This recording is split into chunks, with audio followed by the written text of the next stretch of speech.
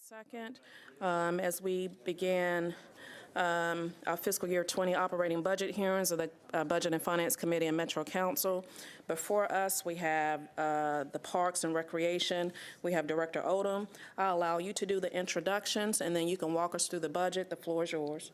Thank you so much, Madam Chair. And before I get started with my introductions and remarks this afternoon, I'd like to take this opportunity on behalf of the employees of the Parks Department and myself to thank you, the council, and the mayor for the cost of living and merit pay improvements. Thank you very much for that. We are overwhelmed, appreciative. Joining me here today at the desk is, to my right, Mr. Tim Nate. He is the Assistant Director of Planning and Facilities Development. To my left is Cindy Harrison, Assistant Director of Greenways and Open Space. And to her left at the table is Shanita White, who is our Assistant Director of Finance and Administration. Additionally, in the audience, we have members of our Parks team: Janet Frazier, Assistant to the Director; Jim Hester, Assistant Director for Special Events, Environmental Education, and Outdoor Rec; John Holmes, Assistant Director for Revenue Producing Facilities; Jackie Jones, Superintendent for Community Affairs; Stevon Nellums, Assistant Director for Community Recreation Programs and Cultural Arts; Captain Chris Taylor with the Metro Police Department, who oversees the Park Police Division. And I don't see Mr. Rick Taylor, but I'd like to mention him. He's Assistant Director for Consolidated Maintenance. We also have Mr. Sam Frazee, who is in our Cultural Arts Division, also joining us this evening. I want to make sure that this body and the viewing audience is aware of just a few of our many accomplishments, and through sharing those, it will tell exactly what we do at Parks. I'm going to go through those, a summary of those pretty quickly so I can have the opportunity to share the greater impact that Parks has on this community. Our maintenance and park police divisions are two pillars of our department that rarely get noticed, often content to play the background. Maintenance keeps us up and running, and park police keeps us safe. Notably, they are the divisions that interface with and handle issues related to people experiencing homelessness in the park system. Beyond the day-to-day upkeep of parks and facilities, our maintenance division is overseeing the deconstruction of Greer Stadium, which will give us the ability to begin the process of restoring the land to a park as it was originally intended. If you haven't driven by Greer in a long time, I would encourage you to do that. The stadium is down, and we are progressing nicely on that project. In addition, we have been able to increase the number of security cameras in the system from 146 to 252, an increase of 106 cameras installed this fiscal year.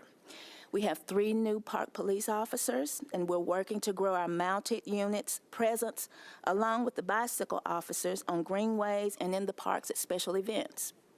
Our Greenways division continues to work to increase recreational trails in the city. We now have a total of 98 miles of greenway that are used as transportation corridors as well as recreational outlets. And of course, the long-awaited 440 Greenway opened this last October. Our 4 nature centers are popular destinations in the city for anything and everything pertaining to the great outdoors. Last year, the centers combined served nearly 200,000 visitors through programming, wayfinding, and interpretation. The Parthenon is one of the most recognizable icons and popular tourist attractions in this city. Last year, over 300,000 people visited our world-renowned museum. And as you probably know by now, on yesterday, Fort Negley received an important designation from UNESCO as a globally significant site of memory for the Slave Route Project. Excuse me.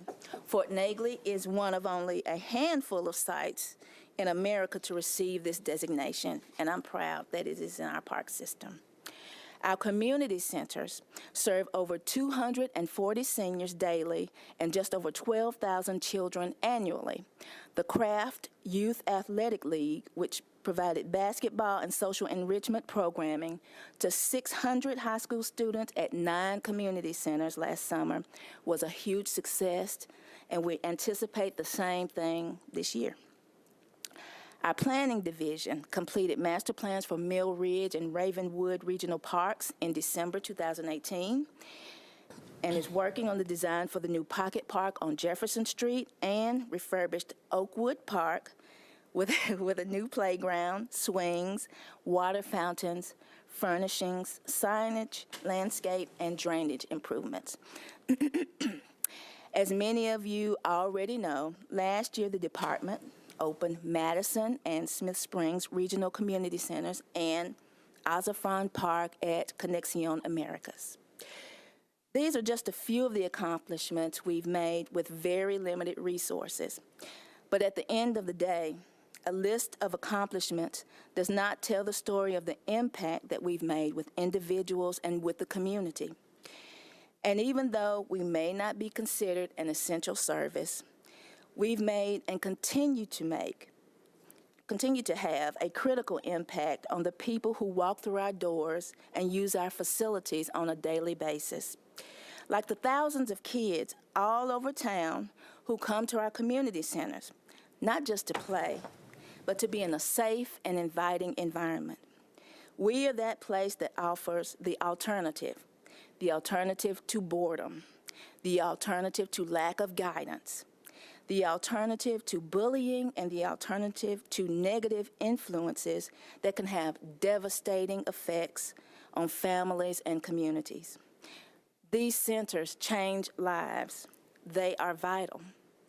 Or the 90-year-old woman who plays competitive tennis on a doubles team throughout the year at the Sportsplex, or the hundreds of seniors who meet daily to play cards, listen to lectures, or go on field trips. These gatherings are designed to keep our seniors healthy, active, and mentally and physically engaged. These programs are vital. Or the 75 individuals enrolled in our disabilities program who participate in adult day programs, adult sports leagues, Special Olympics Nashville, Best Buddies Vanderbilt, and a variety of other programs to keep them productive and engaged in the community. This program is vital. Or the folks in our maintenance division who, as recently as Saturday, were alerted to a potentially dangerous situation with a piece of equipment at one of the playgrounds and were able to fix it within a couple of hours, even though technically they weren't on the clock. I share all this to convey the importance of parks in our community, the importance of the Parks and Recreation Department. And I know that you may have your own story about how parks has touched your life or the lives of your constituents. But I want you to understand that our team works hard for this city, and we make a real difference and play a vital role in the health and well-being and economy of this community. Thank you for your time. I will take your questions now. Thank you, Director Odom. Anyone?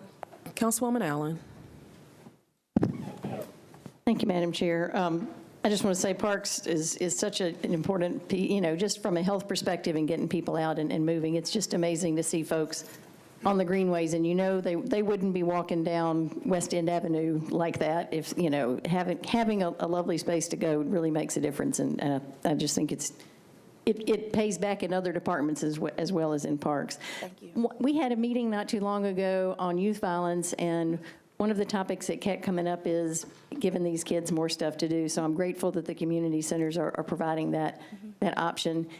Is there, I guess, a long-term plan for enabling the community centers to be able to be utilized even more, and specifically on weekends? As you and I know, we've had that conversation with regard to Rose Park repeatedly. I mean, if we were just to say, here's what we're doing this year, and if a pot of money landed in our laps, you know, here's where we could go. Is there a plan spelled out for how we can expand that to what it really could be?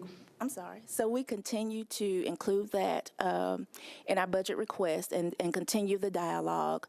I will say just to open the centers, I think the number was about $2 million to open them from 8 to 6 on $2 million additional dollars to open them from 8 to 6 on Saturdays and Sundays on the community centers. And so that is a goal. I may have spoken to some of you. That is a primary goal of mine, to have our centers open on weekends. We all see that there is a need in our community to keep our youth active and involved in positive activities, and I think we play a significant role. And the youth violence issue is complex, and it takes lots of folks, but we are willing to be at the table and to do our part. Councilwoman Weiner. Thank you, Chair. I appreciate it. You know, I feel like I've been embedded in the Parks Department for the last year or so when we've been working on. We do too. Well, and I hope that that's been said in a good way. Right, in a good way. But I just have to share, and then I do have a question. Okay. The responsiveness, the cooperation, the willingness to help me kind of bend the rules just a little bit, and get things put together for this community that is just anticipating with such excitement the opening this fall of the community center next to the Preds facility, and in 6 weeks we'll have the playground done. So thank you really for everything, and my hat is off to Rebecca. That's what I was going to say. Rebecca. Is she in here? She's not here tonight, but I know that you should be watching TV, Rebecca, because you do good. Rebecca Rotz has worked very closely with you and kept me abreast of everything, and I really appreciate her. She's a valued member of our team. Yeah, it's been a great experience. So my question is this. Yes. Given that you shared that you need $2 million to open all of them from 8 to 6 on Saturday and Sunday, and I'm a real believer in making sure, as Council Lady Allen, we've got to get our kids active and involved to keep them out of trouble. The after-school situation, I know that we've had in Bellevue, and I know you have it in several areas, where the kids tend to loiter and go outside and get in trouble. With the new facility going to be down at One Bellevue Place, what's the after-school plan for all of the different facilities? Do you need additional hours funded for that as well? Monday through Friday, school year, summertime. Can you speak a little bit about that? Yeah, and I think I may have brought my numbers, but what I have, again, my goal is to have the centers open on weekends and extended hours during the week. Regional community centers close at 8:30 in the evening, and so do neighborhood centers, even though they open generally later. And so a larger number, we need additional staffing. So full staffing in all of the centers across the system is about $7 million additional dollars. And I can send you this information. Would you please, I will and do just that. specify what the hours and the Sure. time frame would be? Because I think Sure. this is really important to get our kids engaged. I think, so, and I appreciate your support of the department. We are in need of staff. We have skeleton staffs and lean staffs, not just in the community center division, but across the department. And I want to acknowledge again all the hard work of the employees of the department to continue to get things done, considering our limited resources and people power. But I really appreciate your support, and I'll make sure you get that information. Thank you. I appreciate it. That's all I had, Chair. Thank you, Councilwoman Weiner. Councilman Hager. Thank you, Director Odom, for being here, and Tim and everybody else. One quick question. I'm looking through here, and I know we've added on a lot this last year, and I'm wondering how much do we have allocated for maintenance at this time? Can you give me that figure, and what's your opinion of that? Well, let me give you my opinion first. Okay. As I just mentioned in response to Council Lady Weiner, we are very lean in that area. I think our combined budget for consolidated maintenance is about $11 million, close to a little bit over $11 million. Right. And to be fully staffed at the level that we should be, considering the acreage of the department and all of the facilities, it would be about 15 million that we need. So Okay. And when I'm talking about, what about maintenance expense? Do y'all have some set aside for the maintenance expenses? For all the facilities? We have some set aside. So our maintenance budget is consolidated, so it's not per location. It's not allocated per location. It's consolidated. I will tell you, though, what has been the case for, I know, at least the past 10 years, as far as our operating budget, we rely on salary savings to make it within budget every year. Right. We are, our funding in the all other area is way low, not enough. So even before we had these positions frozen this fiscal year, that's one of the strategies that we would use anyway, is to delay filling positions, delay them maybe for a month or not fill until the spring. Right. And that is one of the ways that we manage the budget. And that's the way that we did it, and we had to do it that way. Right. But yeah, we need people and we need money. Okay, how much do you know how much you need for opera? I mean, I don't know. when I say maintenance I know what you mean. expenses, I know you have reoccurring maintenance I know what you mean. expenses. I will. I'll get you that number. I Give do me not that have number. that. That's I will. fine. I will. And tell me what you need. Okay, I will do Okay? that. Thank you. Councilman Syracuse. Thank you, Madam Chair. I just wanted to give a shout out to the Parks Department. As Chair of Parks, I was really moved by the newsletter that was sent out just a couple hours ago. As Director Odom stated very eloquently, this newsletter just came out a couple of hours ago, really highlights how many lives you impact across this county with the resources that you have. So well done to you and staff for putting this together. That truly highlights that. Councilman Hagar asked my question about maintenance, so thank you for expanding on that. Shannon Williford, he's a buddy of mine. I'm sad to see him go. So who is going to be running the Metro Parks music program now?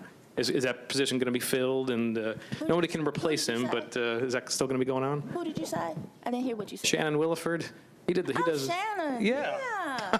Oh, yeah. I mean, Shannon is a jewel. Yeah. Shannon is a jewel. I mean, but the program will continue. He is welcome back anytime. He's always a part of the Parks family, so he's wonderful. The program's not going away. That answers your question, Councilman Syracuse. Councilwoman Van Rees. Thank you very much. As you know, I'm not on this committee, but I'm here with you and for you. I would make one correction in your opening statement. It is essential. Parks are essential to any thriving community.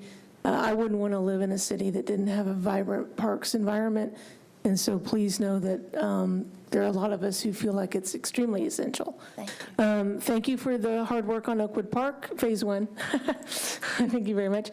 I know that in District 8 we've been working on a couple of different pocket ideas and incorporating some public-private collaborations, and I'm wanting to see whether or not there's going to be any continued concerted effort to encourage those types of things to take place in order to continue to thrive. And I don't know whether or not you need any resources in regard to marketing those opportunities. So I'd like to hear your thoughts on that from both of you. Well, as you know, many of our capital projects involve partnerships of some kind, so we are constantly looking for opportunities to do that and being opportunistic as those present themselves. Again, because of staffing levels, sometimes we're a little limited in terms of our ability to be proactive in seeking some of those partnerships. But I think one thing that maybe we could offer as evidence of those partnerships is to quantify perhaps the private dollars that have come in in this fiscal year to support parks projects, and that could help with some strategizing in terms of future partnerships. I think that's a fantastic idea, and I think that it helps others on the council to be able to have some sort of toolkit to be able to facilitate those. I think that whether it's parks or arts or schools, or we must engage the private sector in order to, I think, succeed. So thank you for that. Thank you, Councilwoman Van Rees. Councilman Cooper. Thank you, Chair. I appreciate it very much. And thank everybody at Parks. It's so wonderful. If you didn't mind commenting a little bit about the savings target restored line, the $1,065,000, which was last year's departmental savings? So this current fiscal year, so FY19. So in FY19, you were, $1,065,000 was departmental savings that was Yes. being kind of rescinded from Yes. your budget and did not end up, it was taken from you last year. Right. Okay. So it was, frozen positions, and it was about 94 positions for us. And then that money now is showing up in your FY20 budget? Yes, it is. So it was taken last year and then is not taken from you this year? Yes. But will there be allocated departmental savings for FY20? Not that I'm aware. Not that, because the budget actually has a higher number than last year, and that I think adds up a little bit from the departmental savings. Okay. So your departmental savings then was taken last year, but in theory not going to be taken until new departmental savings are allocated. Well, my anticipation in looking at the budget book and the highlights is that the $1,065,000 of those positions that comprise that amount are restored to the budget, and I have not been made aware of any kind of new salary savings. But you did have to live with the $1,065,000 Yes, sir. last year. Yes. Okay, I think Yes. that's important. And then also, if you would comment, and thank you so much, I noticed that your revenue line has, which does not famously come back to you at Parks, right? Right. Is up $900,000. It looks like. Thank you, Councilman Cooper, for asking. I was waiting on a committee member to ask. Thank you so much. Well, always happy. If you would just comment where that has come from, how you were able to increase that revenue line. I'm going to yield to Shanita White. Oh, thank you, Anita. It's on. Go ahead. That increase is due to the opening of the Bellevue Community Center, also an increase in our Parthenon hours, and the population increase at our golf courses. From those three sources? Great. So it's projected revenue. For this, from particularly from Bellevue, I'm assuming. Yeah, from those Great. three sources, yes. Appreciate it. Thank you very much. Thank you so much. Any further questions, Councilman Cooper? Councilwoman Hurd.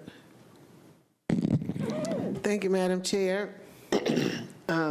Speaking of Bellevue, we want to thank you for all that you've done and continue to do. We're excited about all the new development in the community center and the Red Caboose Park. It's just exciting.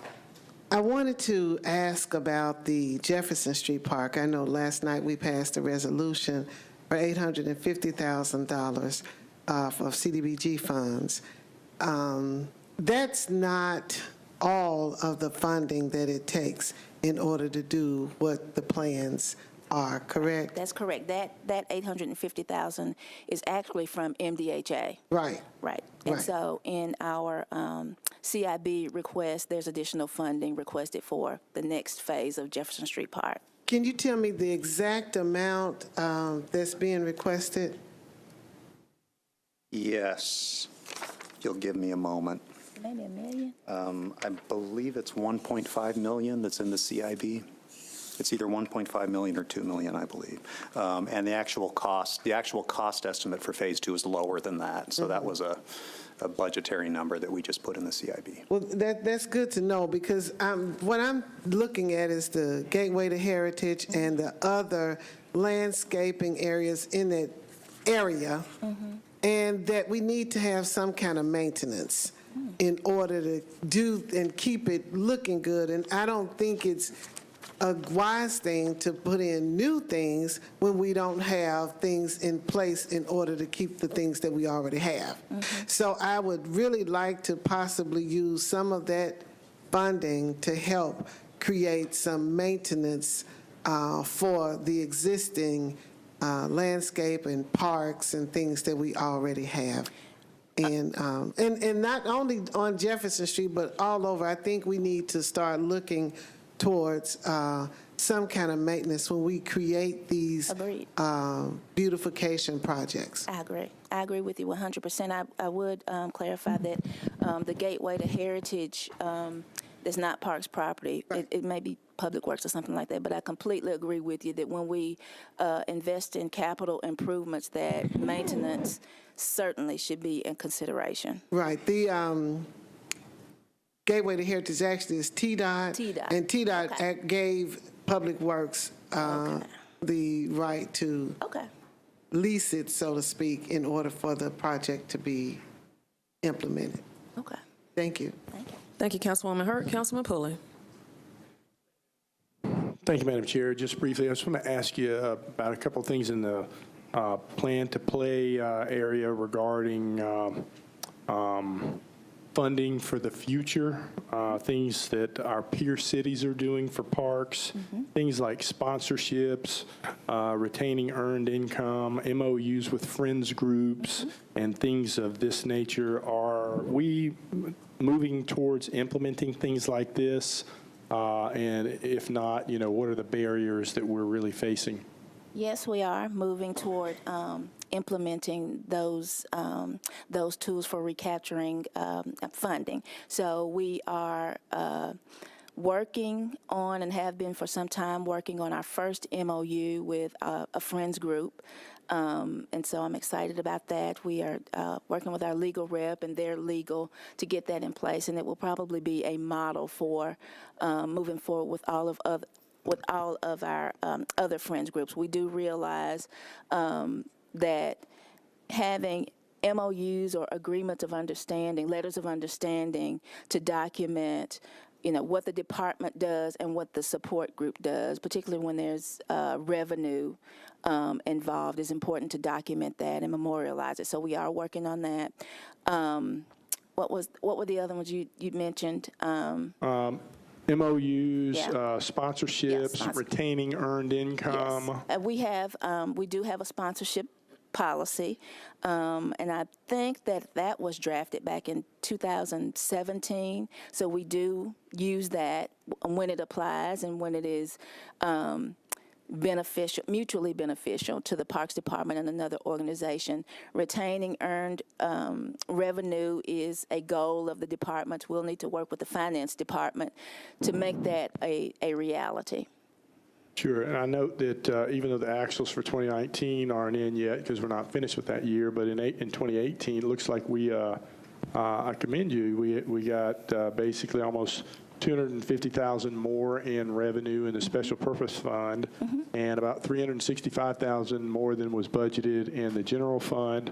And in addition to that, I also commend you because it looks like your expenses were in the general fund almost $2 million less than projected, and about $220,000 less than projected in special purpose. So way to go. So just want to make sure we can retain all that money, or you can. Yeah, thank you. I Sure. have to give that congratulations to our staff at Parks. We run a very lean, we have a lean budget, and we run a lean operation. And that's the only way we're going to survive right now in this climate. And we're always looking for opportunities to augment our budget and retain more revenue and things like that. And we'll continue to move in that direction. Okay, thank you. I have nothing more further, Madam Chair. Thank you, Councilman Pulley. You get the gold star today for committee member. Councilman Glover, were you seeking recognition, or you're okay?